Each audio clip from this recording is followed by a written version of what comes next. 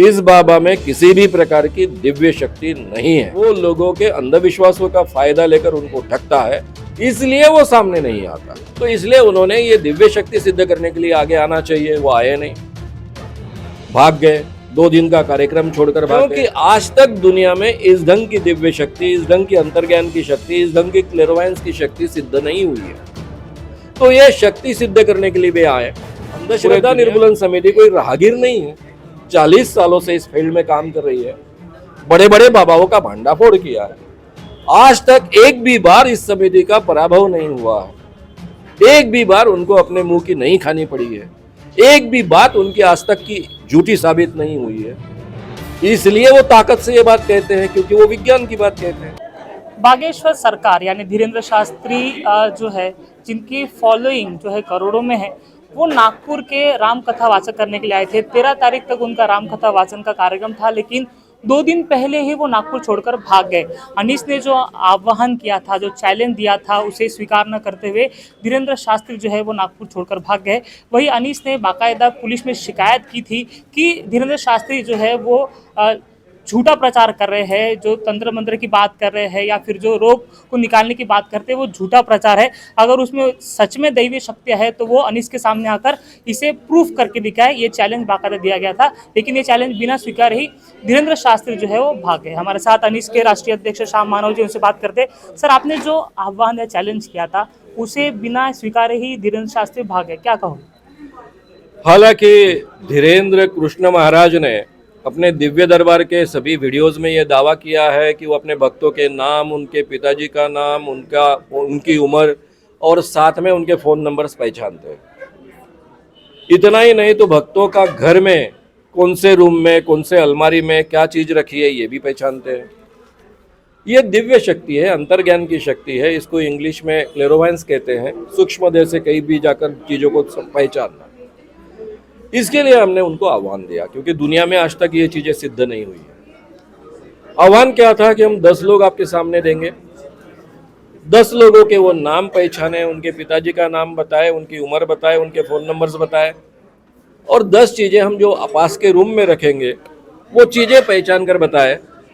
90% correctly अगर वो 2 बार कहते हैं तो उनको 30 लाख रुपए का अखिल भारतीय अंधश्रद्धा निर्मूलन समिति का प्राइज मिलेगा।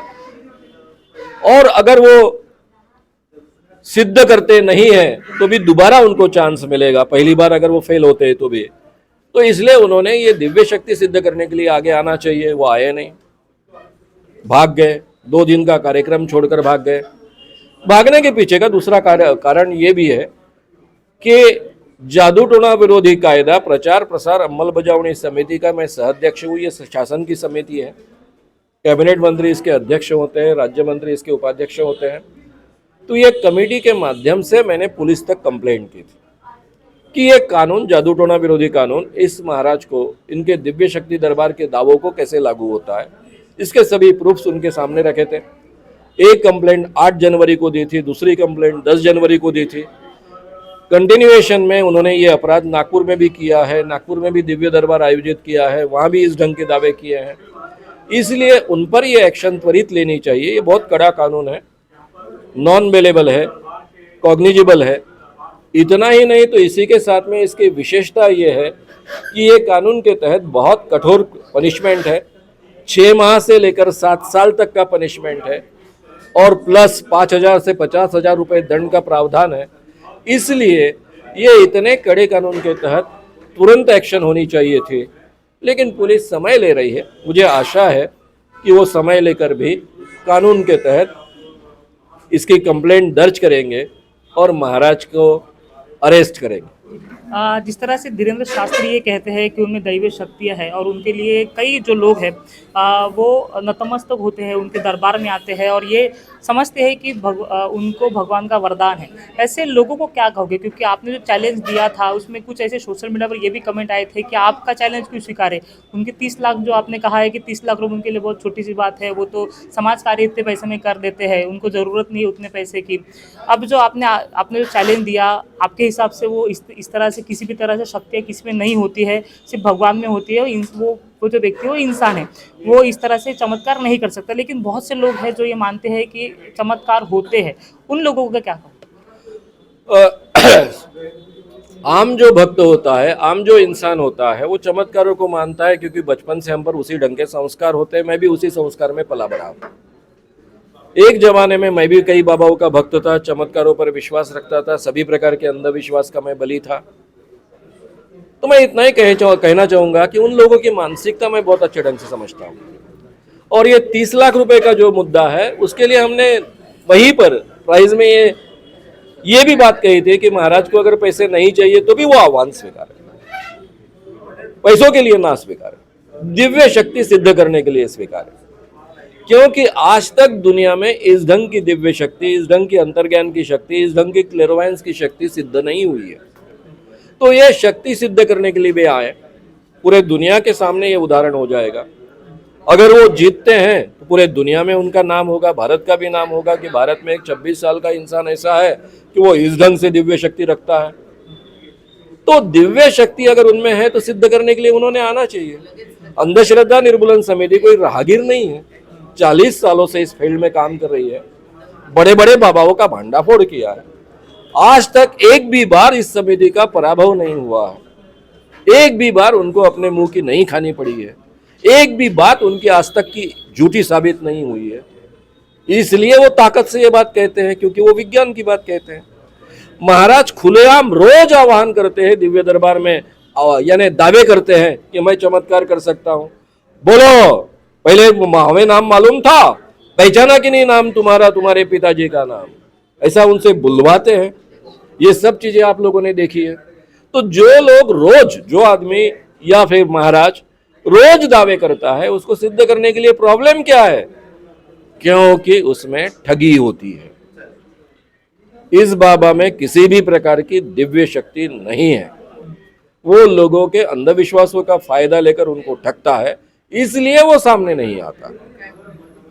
आम भक्त इस ढंग से सोचते हैं, ये मैं बहुत अच्छे ढंग से जानता हूं। उनके प्रति मेरे मन में सहानुभूति है। उन्हीं को समझाने के लिए तो इतने सालों से हम काम कर रहे हैं। तो उनको समझाना, उनका प्रबोधन करना, यही हमारा काम है। इसलिए उनके कहने का मुझे कभी गुस्सा नहीं आता है, बुरा भी नहीं लगता है। उल्टा मुझे लगता है कि उस जमाने का मैं ही हूँ जो इस ढंग से बात करता है। सवाल जो ऐसे बाबाओं के जाल में फंसते हैं या फिर वो अपना डिवोटी हो जाते हैं, उनके लिए उन भक्तों को आप क्या कहोगे? उनको मैं इतना ही कहूँगा कि बचपन से हम पर जो संस्कार हुए हैं उसको हमने जांच परख लेना चाहिए।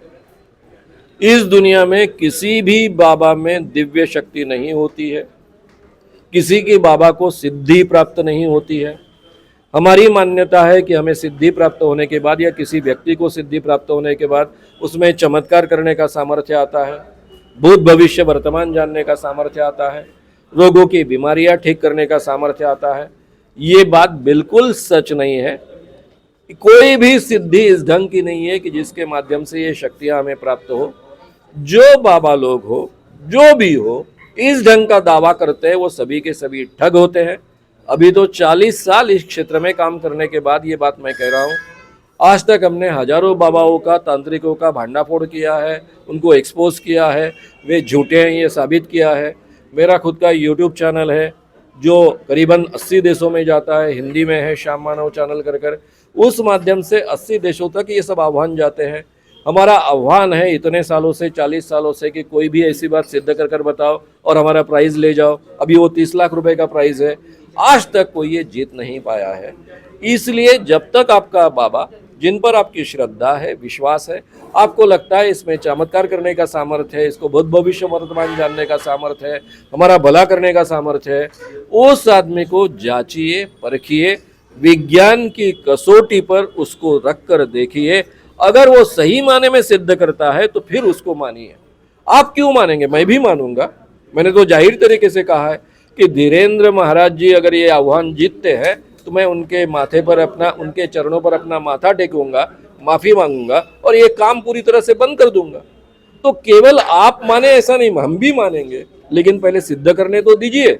जब तक वो सिद्ध नहीं करते तब तक हमने नहीं विश्वास रखना चाहिए और अपने आप को इस ठगी से बचाना चाहिए। बहुत बहुत शुक्रिया सर, आपने अपना समय दिया। तो ये तो थे श्याम मानव, जिन्होंने धीरेन्द्र शास्त्री जी को 9 तारीख को एक चैलेंज दिया था कि अगर आप में दैवीय शक्ति है तो उसे प्रूफ कर कर दिखाइए, और उसे ये जो चैलेंज देने के बाद जो है धीरेन्द्र शास्त्री ये चैलेंज बिना स्वीकारे ही नागपुर से चले गए हैं।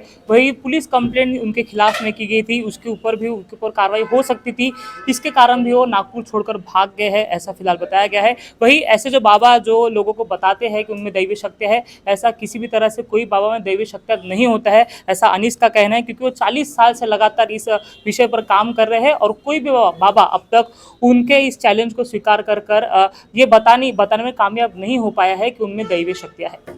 आप देख रहे थे नागपुर समाचार 24। नमस्कार।